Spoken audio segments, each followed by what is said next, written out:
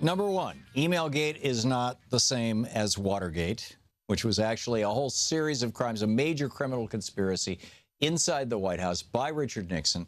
A continuation, in fact, as Lamar Waldron has talked about on this program, a continuation of criminal conspiracies that Nixon engaged in back in the late 50s when he was vice president.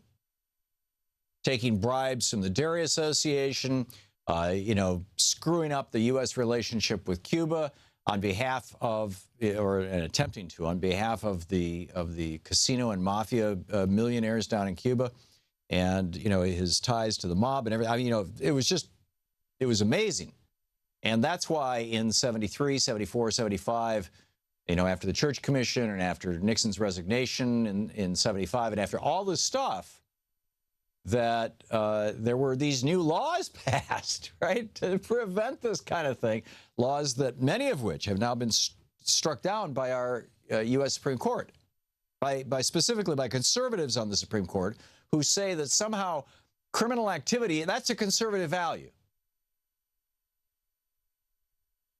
Corporations swinging elections, rich people swinging elections, those are conservative values. These same conservatives who claim to be so religious. But you go to like Matthew 25, where Jesus is sitting there saying, and the disciples, they say to him, well, how do we get to heaven? And he says, in the last days, I'll be sitting there sorting the goats from the sheep. Right? And I mean, you can fill in your religion. There's stories like this in the Quran. There's stories like this in the Old Testament. There's stories like this in the Upanishads. There's the Gita, the Bhagavad Gita, you name it. He says, I'll be sitting there sorting the sheep from the goats, right? The sheep are going to heaven, the goats are going to hell.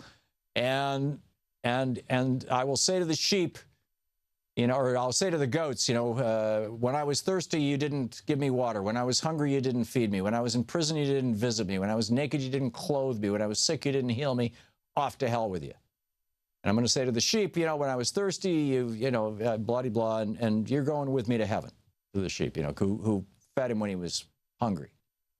And the disciples freaked out because they were like, we've never seen you hungry. How do we get to heaven? We're screwed. We've never seen you sick. We've never seen you naked. We've never seen you, unintentionally, or, lacking clothing or shelter. We've never seen you thirsty or hungry. We've never seen, it's like, and you haven't been in prison. We haven't been able to visit you. How do we get to heaven? And Jesus said, well, as you did to the least of these among you, you've done to me. This is like, Christianity 101, but it's also humanity 101. But that's not a conservative value, right? The conservative value, we should give health care to the children of poor people in red states. Expand Medicaid, so that the children of poor working people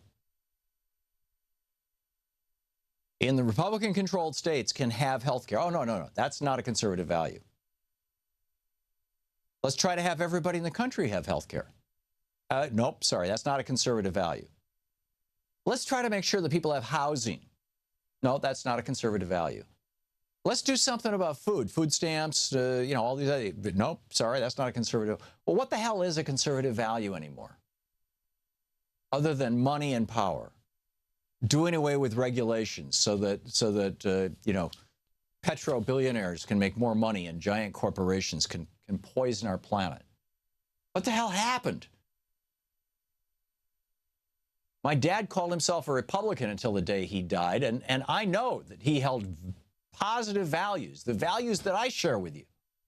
What has happened to the Republican Party? What has happened to the so-called conservative movement? Is it just that they have all been taken over by people who are lusting for money and power? It certainly seems that way.